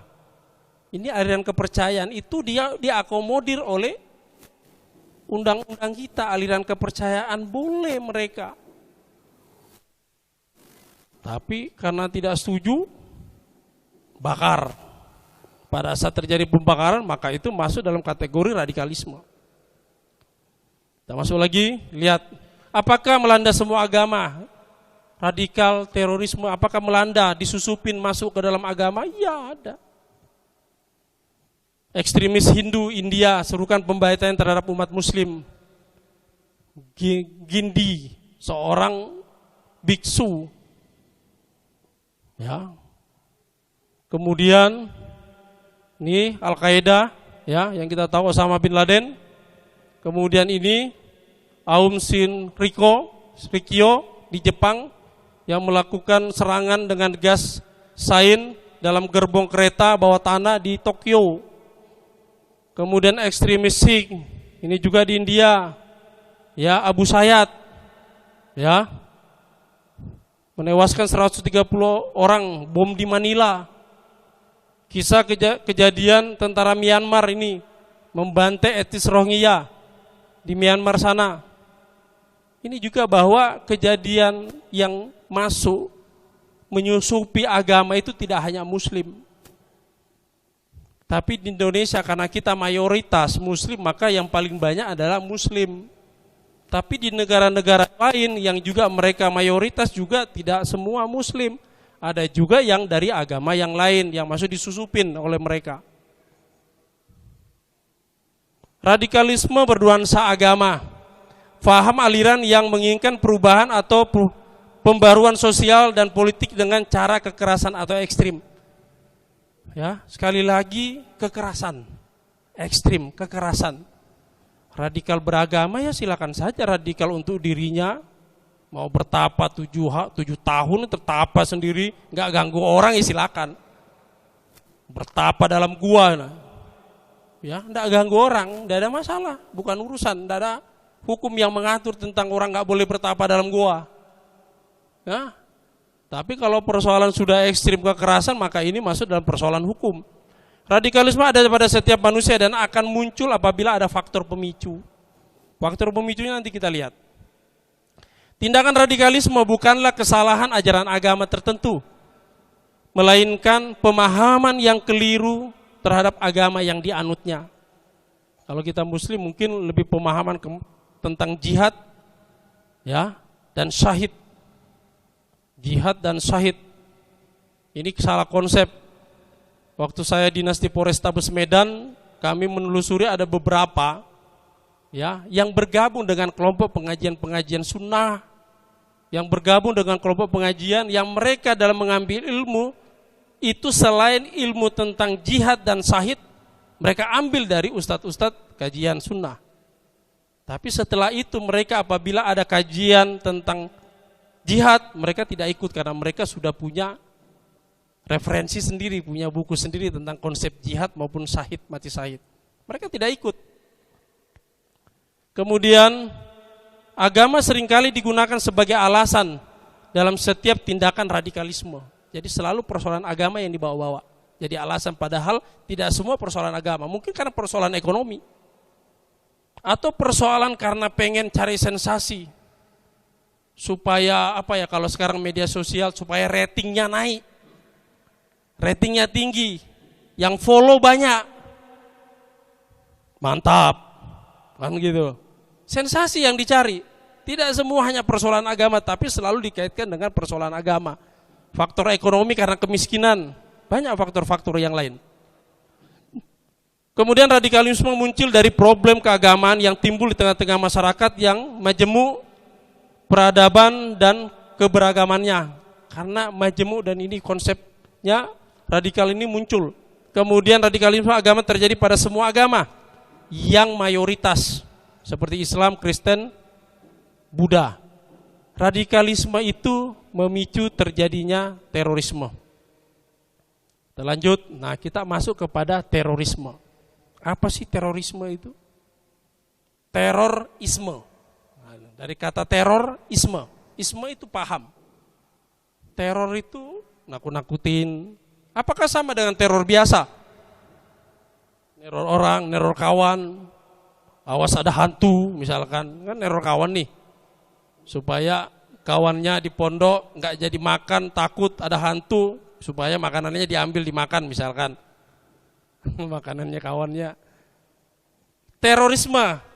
Terorisme itu adalah kejahatan terhadap negara. Kalau terorisme, bisa nggak terorisme itu restoratif justice? Penyelesaian perkara di luar pengadilan. Ya tidak bisa, karena terorisme itu musuhnya adalah negara. Kalau berkelahi antara satu dengan yang lain, dua-duanya damai, buat pernyataan damai, diketahui Pak RT, polsek setempat, selesai damai, nggak perlu dilanjutkan perkaranya. Karena hukum itu berdasarkan asas kemanfaatan hukum. Kalau cukup sudah mendamaikan orang, ganti kerugian udah selesai, ngapain harus dilanjutkan? Ngapain harus dilanjutkan? Itu namanya restoratif. Tapi namanya terorisme tidak bisa di restoratif justice. Udah damaikan. Mau damai dengan siapa? Damai dengan negara. Sama dengan korupsi. Pemalsuan juga. Dokumen negara itu tidak bisa didamaikan karena musuhnya adalah negara. Ya. Kemudian terorisme adalah penggunaan kekerasan atau ancaman kekerasan terhadap sasaran sipil, non-kombatan dengan motif ideologi atau politik. Jadi tidak persoalan ideologi keagamaan, tapi juga persoalan yang muncul karena politik. Ya, kita lihat secara definisi terorisme itu sesuai dengan undang-undang tentang terorisme, bahwa kita bisa bedakan nanti perbedaan pengertian antara terorisme dengan teror biasa. Begal itu teror juga. Ada begal, itu teror juga itu, takutan. Sekarang bedanya apa dengan terorisme? Terorisme adalah perbuatan yang menggunakan kekerasan atau ancaman yang menimbulkan suasana teror atau rasa takut secara meluas. Di sini ada poin 1. Rasa takut yang ditimbulkan terorisme itu meluas. Bukan hanya wilayah Kalimantan saja. Sedunia, walaupun ada beberapa negara yang tidak sepakat mungkin dengan pemberantasan teroris. Ada perjanjian yang dilakukan, perjanjian, ya ada beberapa yang tidak mengikuti perjanjian penanggulangan teroris misalkan. Tapi semua sepakat bahwa teroris itu adalah ancaman yang secara takut, secara meluas, yang dapat menimbulkan korban yang bersifat massal. Jadi kalau teroris ngebom 1 orang rugi, ngabisin bahan bom. Jadi kalau mengebom itu jumlahnya 100, lumayan tuh, cepat masuk surganya. Ditemani 7 bidadari, dapat paspor masuk surga itu. Jadi kalau hanya 2-3 rugi. Ya, nanti kita lihat contoh-contoh perilaku teroris. Menimbulkan korban yang bersifat massal dan atau menimbulkan kerusakan atau kehancuran terhadap objek-objek vital yang strategis, lingkungan hidup, fasilitas publik atau fasilitas internasional dengan motif ideologi, politik atau gangguan keamanan. Jadi itu bedanya. Terorisme, kejahatan negara yang mereka ya bermusuh terhadap negara, mencari sensasi. Kalau teror biasa, begal itu teror biasa. Itu menggunakan bukan undang-undang terorisme, tapi undang-undang KUHP. Pencurian dengan kekerasan. Begal. Dia tidak masuk kategori terorisme. Hanya pelaku teror saja. Bukan isme. Bukan paham. Kalau bicara tentang isme berarti dia paham. Kemudian apa yang baru dari undang-undang terorisme? Jadi undang-undang terorisme ini sudah melakukan perubahan-perubahan berulang kali. Kalau saya tanya para peserta sekalian mungkin tidak tahu, boro-boro yang baru, yang lama aja nggak tahu. Perbedaannya di sini yang lama dengan baru, kalau yang lama kita dihukum itu apabila selalu sudah melakukan tindakan. Sudah melakukan tindakan pengeboman, penyerangan, itu baru ada ancaman hukumannya. Jadi kalau masih ngajak teman, perkumpulan, kemudian keluar negeri, gabung ISIS, pulang masih tidak apa-apa, masih direhabilitasi saja misalkan. Nah kalau undang-undang yang baru merekrut orang untuk menjadi anggota ya korporasi atau organisasi terorisme, ini dikenakan undang-undang, sudah rekrut aja udah dikena. Ngajak orang ayo gabung. Nah, terorisme walaupun orang tidak tahu, ini yang rekrut yang tahu bahwa orang jadi kena undang-undang terorisme. Sengaja mengikuti pelatihan militer dengan maksud merencanakan, mempersiapkan atau melakukan serangan teror. Nah ini latihan militer. Bukan ini ya, bukan memanah berkuda. Nanti militer memanah berkuda. Karena banyak ini di luar-luar sana kalau udah ada yang melakukan latihan memanah berkuda, wah ini bahaya nih. Bukan itu kategorinya. Militer itu latihan militer seperti Afghanistan. Ya, lulusan-lulusan Afghanistan itu banyak, itu latihan militer. Mengajak rekrut orang untuk berangkat ke Afghanistan untuk melakukan pelatihan militer. Ini masuk dalam kategori sudah mengajak dikenakan undang-undang hukum. Kemudian menampung atau mengirim orang terkait dengan serangan teror juga termasuk. Mengumpulkan atau menyebarluaskan dokumen atau untuk digunakan dalam pelatihan teror juga kena. Kalau dulu nggak kena. Tidak dikatakan pelanggaran hukum. Masih dalam konsep rehabilitasi pembinaan. Kemudian memiliki hubungan dengan kelompok yang dengan sengaja menghasut untuk melakukan kekerasan atau ancaman kekerasan. Nah, di sini poin-poin ini yang menjadi perbedaan perubahan dari undang-undang lama jadi undang-undang baru terorisme. Kita lihat kejadian teror bom di Sumut.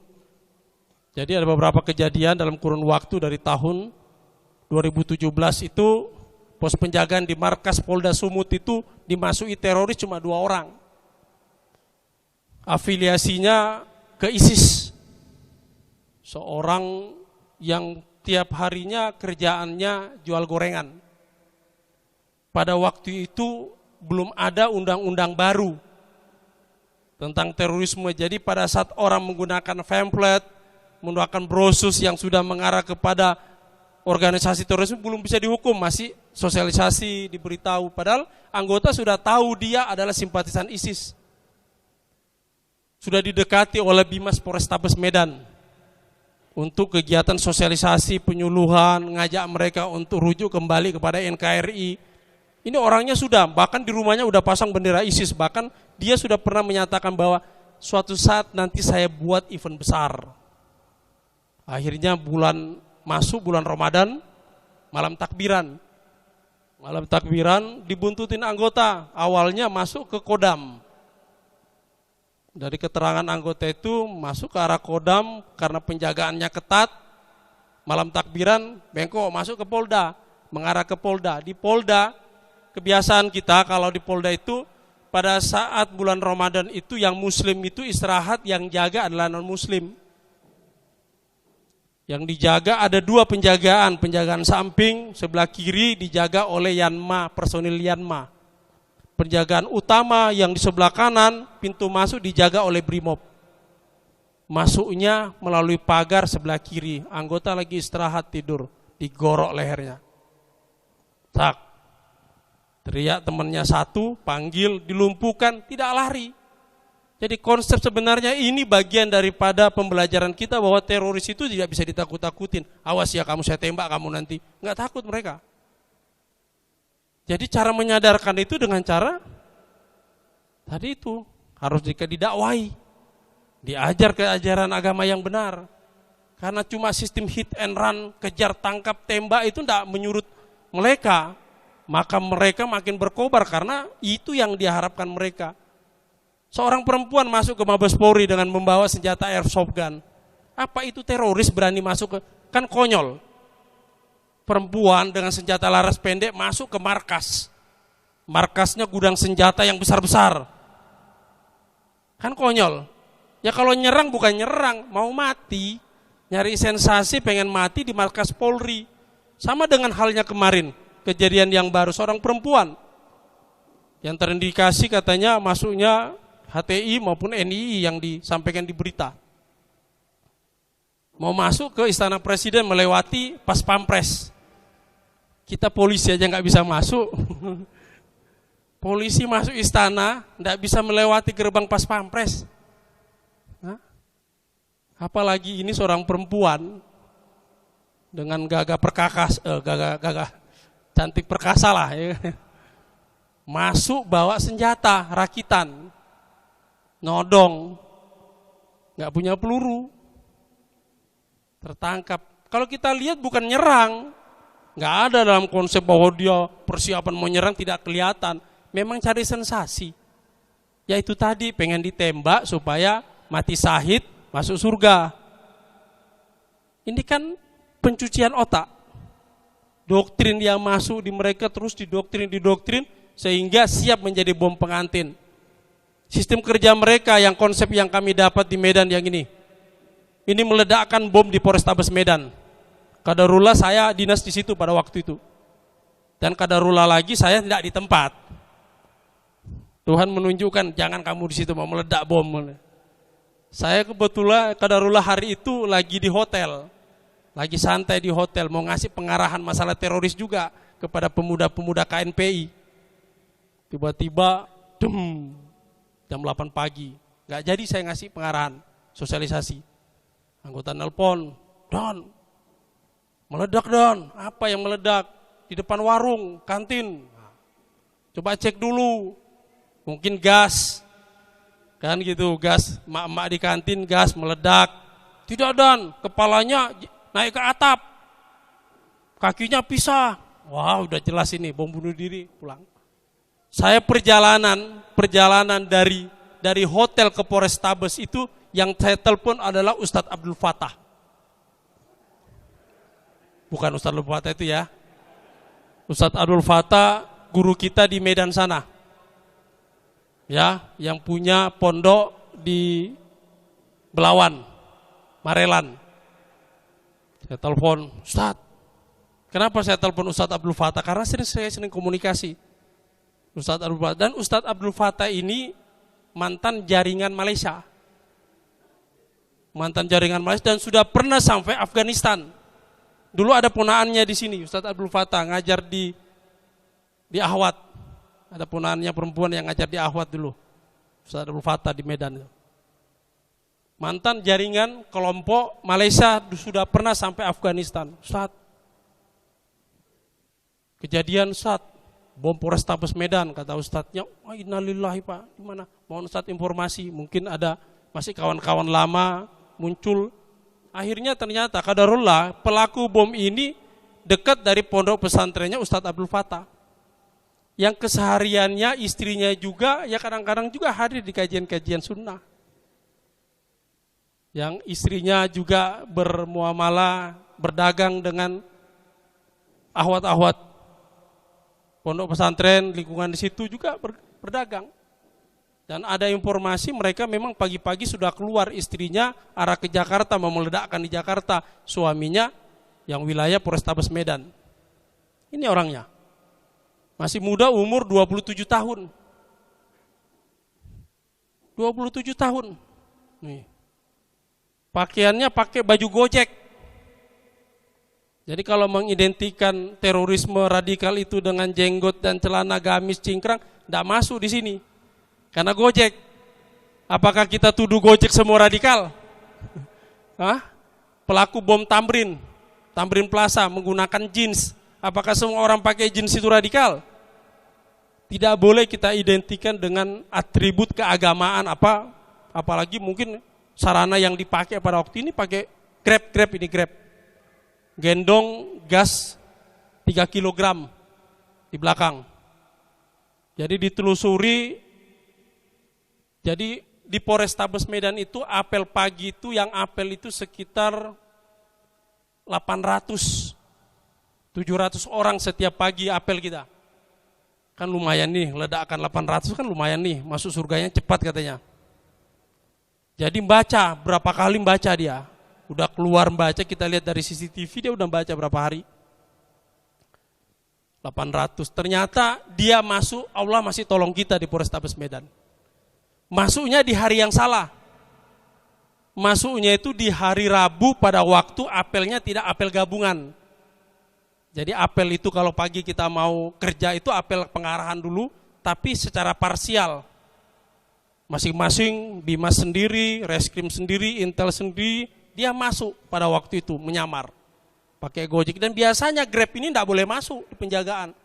Karena pada waktu itu banyak yang urus SKCK, jadi akhirnya lewat dari pantauan petugas dia masuk. Menyusup karena ramai lagi ngurus SKCK pada waktu itu. Celinga-celingu di CCTV kelihatan, celinga-celingu. Dia bingung, ini kok enggak apel, biasanya udah jam 8 apel. Ini kok enggak ada apel, celinga-celingu, jalan kanan, jalan kiri. Ah udahlah, yang ada aja lah, udah terlanjur, ledakan 3 jadilah katanya. Mendatangi 3 orang, ditegur sama petugas, kamu bawa apa? Karena bajunya Grab. Mendekat jarak 3 meter, ledakan, tekan picu, meledak. Karena bomnya di belakang, 3 kilogramnya di punggung, akhirnya putus kaki dengan badan karena anggota kena pantat. Untung dompetnya tebal. Dompetnya tebal, jadi itu salah satu juga dompet itu perlu tebal. Karena kalau nggak tebal kena bom, nggak kena pantat, dompetnya yang kena. Serpihan dari potongan paku, egel, penabur itu egel itu besi-besi, semua dicampur. Jadi hancur, meledak, ya tidak ada korban, alhamdulillah tidak ada yang korban dari pelaku bom itu sendiri. Kita mengidentifikasinya kelihatan. Saya informasi Ustadz Abdul Fattah mengatakan, Pak Rudi, informasi dia baru nikah dengan orang di daerah Ngerelan, Belawan ini, anak seorang imam masjid. Rutinitas mereka setiap minggu 2 kali pengajian di Canang Belawan. Setelah ditelusuri, di doktrinnya di Canang Belawan pengajian dari turunan YJAT, dari kelompok-kelompok ngeruki. Doktrin di situ, doktrin malam harinya mereka itu namanya mabit. Nginap semalam seperti kalau kita sekolah dulu ada namanya renungan suci. Kalau yang pernah ngerasain renungan suci, nangis-nangis tengah malam, dosa-dosa kamu tidak akan diampuni. Nah, sistem doktrinnya gitu. Tidak ada lagi yang bisa mengampuni dosamu kecuali kamu harus gendong bom. Kamu tidak akan terampuni, disuruh lu. Sampaikan dosa-dosa yang dilakukan selama hidup di dunia, apa yang kamu lakukan. Nangis-nangis 1 malam belum tidur. Dipersiapkan untuk menjadi bom bunuh diri. Kadang-kadang ya tidak masuk di pemikiran kita, ada orang yang mau menghancurkan dirinya untuk tujuan tertentu yang dia sendiri tidak akan merasakan hasilnya apabila dia meledakkan diri. Tapi dia terdoktrin akan merasakan nanti melihatnya di surga terhadap perubahan yang akibat yang dia lakukan. Oh ternyata Indonesia bisa jadi lebih baik melihatnya dari surga. Ini keyakinan mereka. Nah ini terjadi. Kemudian kayaknya itu kurang cas kayaknya, enggak cas itu, kan operator. Mat. Siapa teroris? Kelompok orang yang melakukan aksi kekerasan untuk melawan hukum secara terencana dan terukur. Kemudian dilakukan oleh kelompok atau profesional yang bertujuan merubah politik atau ideologi negara. Kelompok tersebut mengintimidasi individu, mendorong atau mengintimidasi orang untuk meninggalkan keluarga, membentuk keluarga yang baru, mempublikasikan via internet untuk menciptakan rasa takut atau teror. Jadi sistem publikasi mereka ini menggunakan media zaman sekarang. Bahkan mereka, perkumpulan mereka sekarang juga di zaman teknologi canggih ini, media sosial, digital ini, mereka menggunakan perkumpulan dengan sistem grup WhatsApp. Nggak lagi dengan konsep-konsep model-model halakoh bentuk di kampus biasa kita lihat, nanti dari kampus dari ini halakohnya sendiri, yang ini halakohnya sendiri. Sekarang kalau kita masuk ke kampus tidak ada lagi halakoh itu. Bentuk pengajian-pengajian, saya pernah masuk di Medan, di salah satu universitas Islam. Jadi setiap selesai ada pelajaran kosong, itu bentuk di bawah pohon, di bawah ini. Banyak bentuk halakoh. Sekarang tidak terlihat lagi yang demikian. Karena mereka sudah membentuk pengajian dalam bentuk media-media sosial. Saling share informasi, ajak mengajak. Yang ciri-ciri mereka itu selalu mempertontonkan film-film pembantaian umat muslim. Supaya menggugah giroh semangatnya untuk berjihad. Selalu ditunjukkan ini, siapa yang mau ikut andil berjuang, nanti ajak-ajakan. Dan biasa mereka bergabung. Ya, saya sering diajak di Medan juga nyampaikan pesan-pesan Kamtibmas kepada teman-teman pengajian sunnah. Saya sampaikan kepada mereka, kita antisipasi karena kita tidak kenal satu persatu. Kalau di teman-teman kita yang beragama Kristen, kalau dia gereja HKBP, maka dia satu persatu akan kenal orangnya, karena jamaatnya pasti itu tidak akan berubah. Tidak akan berubah. Nah kalau kita kan tidak akan ngerti jamaah kita siapa hari ini, besok siapa, yang mana ada beberapa orang yang mengambil ilmu dari ustadz kita, tapi apabila berkaitan masalah ilmu syahid, mati syahid atau ilmu jihad, maka mereka tidak mengambil ilmu itu. Setelah pengajian mereka kumpul di belakang, di ruangan tersendiri, ada warung-warung kumpul, disitulah mereka mempertontonkan pembantaian umat muslim, yang supaya menimbulkan semangat untuk berjihad. Nah ini dilakukan mereka. Target atau sasaran. Sasaran targetnya adalah tempat ibadah, jelas, tempat keramaian. Kalau ini di Polres ini, di Cilegon kejadiannya, ini bom Sarinah, tempat keramaian, tempat hiburan, objek vital dan fasilitas umum jadi sasaran mereka. Yang pasti ada orangnya. Kalau nggak ada orangnya mereka juga tidak mau melakukan peledakan. Sasaran manusia atau aparat keamanan.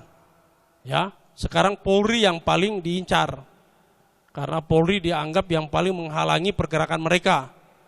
Maka Polri dianggap adalah aparatur pemerintah togut. Maka Polri dia yang incar. Makanya satpam-satpam ketakutan. Karena bajunya mirip Polri. Saya sampaikan kepada satpam, ya, ada sisi baiknya Anda baju mirip Polri, ada sisi jeleknya apa Pak? Nanti kalau teroris mau ngincar polisi salah sasaran kena Anda.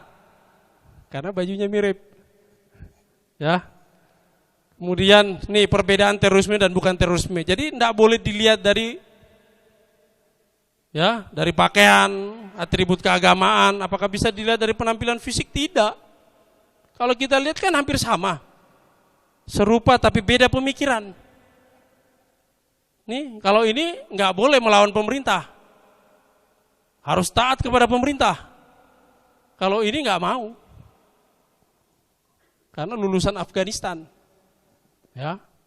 Nggak mau, beda. Kalau dilihat secara fisik, atributnya, ya, keagamaannya sama, maka tidak boleh kita lihat dari atribut keagamaan karena jenggotnya sama-sama putih misalkan. Sama-sama pakai peci misalkan. Baju gamisnya sama-sama putih misalkan, nggak bisa kita lihat, maka tidak bisa. Tapi mereka beda dari pemikiran. Penampilan bisa menipu, ini ya aktivis Jamaah Tabligh, yang ini terdakwa teroris di Aceh. Nah, mirip-mirip aja. Ini pelaku bom, pakai Grab, Polrestabes, ya.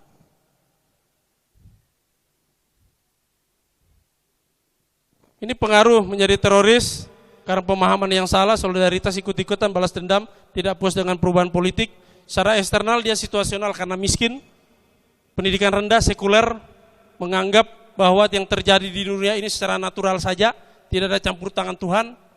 Liberal menginginkan suatu keinginan melakukan sesuatu dengan bebas. Nikah sesama beda agama boleh, nikah sesama jenis juga boleh. Nah ini kan orang-orang konsep liberal.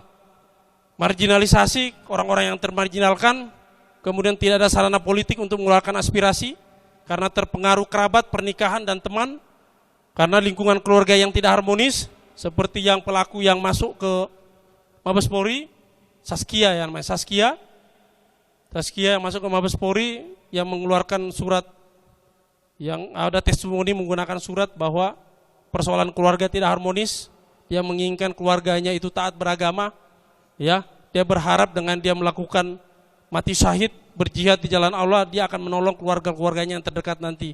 Itu pemikiran mereka, paham mereka yang pahami. Ya. Kemudian testimoni oleh tokoh teroris, tinggal bekerja di lingkungan yang tertutup. Faktor anak muda, kenapa banyak anak muda? Ya, karena anak muda itu mencari identitas diri. Sisi psikologinya, emosi masih labil dan stabil, belum stabil. Kemudian anak muda itu semangatnya tinggi, ya, suka coba-coba, ingin memperbaiki yang mereka yakini, ingin diakui eksistensinya, mencari sensasi. Kemudian pengaruh internet. Ya, saya yakin di pondok ini nggak boleh bawa HP, ya, dan ini juga pengaruh sangat besar. HP ini, kalau selama kita bisa orang tua membatasi, mendampingi anak kita menggunakan HP nggak ada masalah. Tapi kalau kita yakin kira-kira tidak terkontrol dan lepas, jangan dikasih HP. Ya, anak saya nggak boleh pakai HP. Hah? Pakai HP-nya HP jadul nggak apa-apa. Dibilang orang tuanya nggak mampu beli HP nggak apa-apa. Ya. Mengapa orang menjadi teroris? Aksi terorisme itu tidak bertentangan dengan nilai kemanusiaan universal. Ini alasan mereka. Kenapa mereka menjadi teroris? Karena katanya tidak bertentangan dengan nilai kemanusiaan universal. Yang kedua, kerusakan yang terjadi akibat terorisme kecil dibandingkan dengan penderitaan dan ketidakadilan yang menimpa umat muslim. Ini alasan mereka. Kemudian sebagai tindakan balas dendam terhadap kelompok barat, kafir, dan togut. Lanjut. Nah, ini jaringan teroris ya. Kalau kita lihat di wilayah Indonesia, kalau wilayah Kalsel masuk apa tidak? Kalimantan Selatan. Ya, sudah ada. Banyak teridentifikasi sudah, wilayah Kalsel sudah. Kejadian penyerangan Polsek apa tuh? Dahak ya. Dan ternyata orangnya ditelusuri ada orang di Banjarbaru, ikut gabung di salah satu pondok pesantren yang memang rekan-rekannya curiga. Setiap hari gajinya cuma sedikit, tapi setiap keluar beli di Indomaret banyak, bawa makanan, barang-barang apapun dibeli, ternyata tergabung dengan kelompok-kelompok teroris. Ini ya. Sekian dan terima kasih. Kira-kira ada yang perlu didiskusikan? Monggo silakan.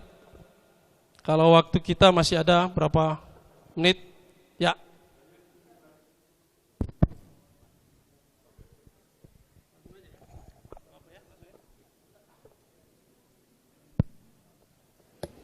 Bismillahirrahmanirrahim. Assalamualaikum warahmatullahi wabarakatuh. Waalaikumsalam warahmatullahi wabarakatuh. Terima kasih kepada Pak Rudi sudah memberikan kesempatan buat saya bertanya. Bapak Rudi tadi sempat disebutkan bahwasanya kalau misalkan kita mengadakan kayak kajian, Ya. tapi itu dilakukan secara intern, maksudnya nggak diekspos keluar, itu walaupun kita bicaranya agak frontal, itu nggak bisa dihukum gitu ya. Tapi kalau misalkan kayak zaman sekarang kan kita rekam biasanya, kita rekam kajiannya. Sebenarnya kajian intern, cuma kan direkam. Ya. Terus kemudian rekamannya di-share. Nah, itu bagaimana? Apakah bisa kena hukum atau? Ya. Ya, terima kasih. Jazakumullah khairan. Terima kasih. Saya jawab langsung. Ya, jadi tadi persoalan areal publik itu tidak boleh kita masuk ke ranah publik kalau tujuannya untuk internal, tidak boleh ke publik. Bagaimana seandainya kalau ada yang direkam lalu ada yang mengeluarkan? Contoh kasus dulu ada Ustadz Kondang yang mengatakan bahwa tanda salib ada jin kafir. Ya, pernah dengar. Ya secara syariat mungkin kita secara konsep bisa meyakini bahwa di setiap patung mungkin ada jinnya. Tapi pada saat ini masuk ke areal publik ada orang-orang atau agama lain, saudara-saudara kita agama lain yang mereka tersinggung karena itu adalah bentuk peribadatan mereka. Lalu siapa yang salah? Ustadznya menyampaikan bahwa tujuan saya bukan untuk mempublish, tapi ada yang mempublishnya. Maka yang melakukan pelanggaran secara undang-undang ITE siapa yang melakukan publish? Apakah disetujui oleh ustadznya? Sebelumnya panitia udah minta ustadz, tidak apa-apa dipublish ustadz. Ya silakan, misalkan kena juga ustadznya. Ya dari kacamata hukum ya. Jadi persoalan internal jangan dimasuk karena kita harus sama-sama sepakat bahwa media sosial, YouTube, Facebook itu areal publik, bukan areal privat. Itu areal publik. Kita sepakat. Pada saat makanya setiap kajian mungkin ada tim editornya yang bisa melihat kira-kira kalau ini kita publish kira-kira berdampak atau tidak. Ya, kalau secara internal ya kita mau mengatakan konsep keyakinan kita ya silakan saja. Yang penting jangan dalam rangka menghina orang lain atau menjelek-jelekkan. Begitu ya. Ada lagi? Ada lagi yang perlu didiskusikan? Yang belum jelas ataukah sudah jelas semua atau belas atau bablas? Ada?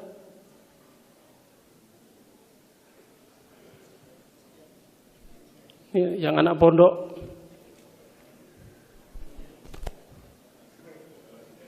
Nanti dapat nilai dari ustadznya. Nanti dapat nilai.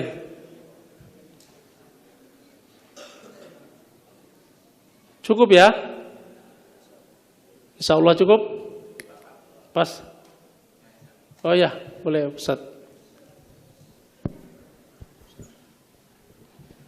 Assalamualaikum warahmatullahi wabarakatuh. Waalaikumsalam warahmatullahi wabarakatuh. Izin bertanya Pak, ya, masalah terorisme ini. Itu kalau seandainya nanti ada di suatu pondok, yang mudah-mudahan di pondok sini tidak ada ya. Misalkan di pondok itu diajarkan santri-santrinya dengan ajaran yang benar, sesuai dengan Al-Quran dan Sunnah misalkan. Tapi qadarullah misalkan ada kedapatan anak itu mungkin dari orang tuanya mendapatkan pemikiran-pemikiran yang menyimpang, atau dari orang tuanya itu dia mendoktrin anaknya, membuat anaknya itu menjadi wasilah untuk teman-temannya di pondok juga diajak untuk menjadi radikalisme. Itu nanti kalau seandainya terjadi, apakah pondok itu disalahkan apa tidak, Pak? Ya. Itu aja yang saya tanyakan. Terima kasih Ustaz. Jadi kalau bicara tentang hukum itu selalu person. Di undang-undang itu bunyinya, redaksinya undang itu barang siapa melakukan suatu perbuatan. Jadi person, orang. Kalau ini barang siapa, orang yang melakukan. Jadi tidak kepada mungkin tempatnya. Kalau memang kenyataannya setelah ditelusuri, ternyata memang murni ajaran ini munculnya dari pondok, mungkin sampai bisa pembukuan izin atau yang lain-lain. Tapi kalau ternyata ditelusuri, dilakukan pemeriksaan, murni yang didapat ini dari luar pondok, bukan dari dalam pondok, ini person. Maka yang mungkin mengarah kepada ajakan tadi yang seperti saya sampaikan di Undang-Undang Teroris, sudah mengajak pelatihan militer atau menanamkan doktrin-doktrin ini masuk kepada kesalahan person. Maka orang, jadi tidak kepada pondoknya. Kecuali pondoknya ikut andil juga, sama ngajak. Karena ada beberapa pondok juga yang kami telusuri waktu kami, saya lebih banyak bicara pengalaman di Medan karena kami masuk di tim namanya itu penegakan radikal, terorisme dan anti Pancasila di situ. Maksudnya kita memang lihat banyak ada beberapa pondok yang mendoktrin. Karena caranya kami dapatkan juga dari ustadz-ustadz yang ada di Medan, bahwa tengah malam mereka selalu dibangunkan tengah malam untuk nonton film-film pembantaian umat muslim, untuk menimbulkan semangat untuk berjihad selalu, dan itu rutin dilakukan. Ada juga. Mungkin gitu Ustaz ya. Ada lagi yang lain? Ya, Ustaz. 10 menit lagi sholat. Singkat aja Pak, ini terkait masalah sound system yang ada di masjid. Ya. Kita di Masjid Syarifah Sholihah itu sering ada gangguan. Gangguan itu kemudian mengakibatkan yang namanya toa sering mati. Kemudian kita mengganti spool atau alat-alat lain, kemudian membunyikan cek sound. Nah suka seperti itu Pak. Nah apakah itu masuk hukum pembatasan speaker atau 100 desibel atau seperti apa itu? Ya, terima kasih. Jadi kalau memang dalam rangka perbaikan, dan di situ juga ditentukan dalam surat edaran. Jadi surat edaran ini bukan undang-undang. Edaran dari Dirjen Bimas Islam Kementerian Agama. Edarkan.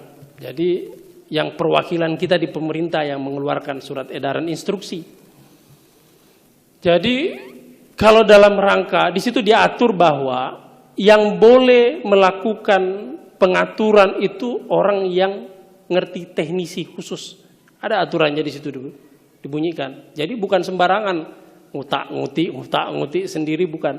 Mungkin waktu-waktunya juga ya, kalau dalam rangka tes pasti kan uji coba. Bukan rutinitas setiap hari. Kalau setiap hari tes ini juga mengganggu orang. Tapi kalau ya sekali-kali juga, nah ini kadang-kadang ada pertanyaan juga di masyarakat, kenapa? Jadi kalau misalkan dibatasi, bagaimana dengan konser musik? Kenapa harus dibatasi? Bagaimana dengan maulid habsi? Ada juga yang bertanya kepada saya biasanya kalau saya kegiatan sosial. Bagaimana dengan kegiatan M2Q menggunakan toa luar? Kegiatan itu kegiatan insidentil, sewaktu tidak rutinitas. Dan selalu itu sudah punya izin dari kepolisian bahwa melakukan kegiatan konser misalkan, kegiatan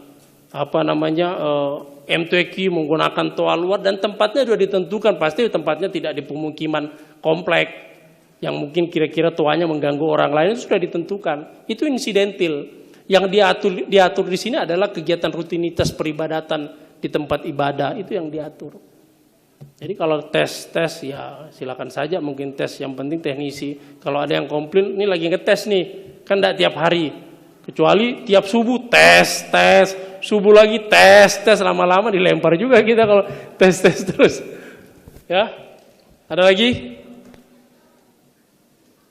Cukup? Terima kasih.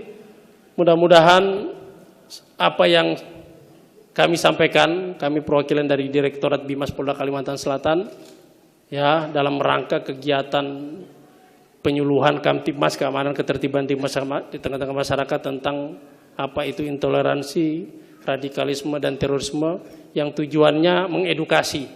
Sekali lagi ini berdasarkan perspektif kacamata hukum. Kacamata hukum kami kalau dalam konsep syariat agama mungkin ya ustadz-ustadz yang lebih tahu tentang ciri-ciri radikal terorisme, itu ustadz yang lebih tahu, dan kami juga akan selalu menggandeng. Kami selalu memerintahkan jajaran kami, para kasat bimas jajaran untuk selalu gandeng ustadz-ustadz yang berkompeten, jangan bicara, mampu berbicara, katanya saya bisa mempengaruhi mereka untuk tidak radikal, takutnya nanti justru dia terbawa radikal. Karena kedangkalan ilmu, karena banyak yang mengatakan baik, bagus itu. Bahkan pernah ada yang menyatakan kepada saya bahwa konsep salah satu tokoh yang mengajarkan teroris ini, ya, dari konsep apa, itu bagus, yang buku-bukunya, buku dari Syekh Kutub, itu bagus, ngajarkannya bagus, memerangi waktu sejarah di Mesir, memerangi pemerintahan yang zolim. Ini ya betul, niatnya bagus, tapi caranya yang salah. Bukan dia yang bagus benar, tapi kita yang dangkal ilmu. Maka kami juga selalu menyampaikan kepada anggota kami untuk selalu koordinasi komunikasi dengan para ustadz-ustadz yang berkompeten khususnya. Kalau enggak berkompeten takutnya juga ngajarkan salah nantinya.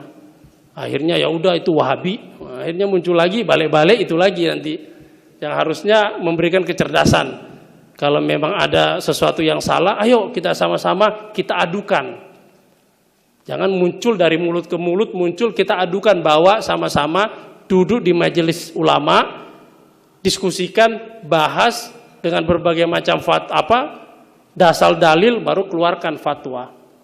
Yang itu yang harapan kita, supaya kami kepolisian juga tidak kacamata kuda nantinya, karena kami tetap mengacu kepada majelis ulama. Kalau majelis ulama mengatakan fatwanya tidak, bahwa ini sesat, bahwa kita bisa melakukan tindakan-tindakan upaya hukum.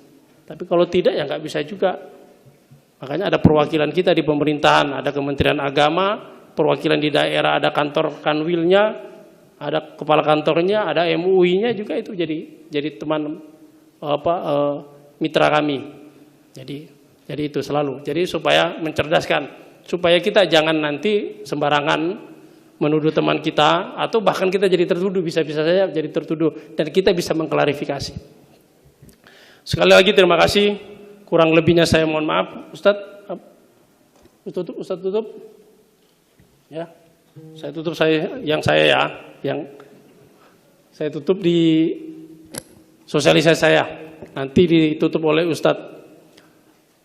Mohon maaf apabila ada hal-hal yang tidak berkenan. Ya, sebagai manusia biasa saya tidak luput dari salah. Kalau ada hal yang tidak berkenan, kata dan perbuatan saya minta ikhlas dan ridho dari para peserta sekalian. Saya akhiri, wabillahi taufiq wal hidayah. Wassalamualaikum warahmatullahi wabarakatuh.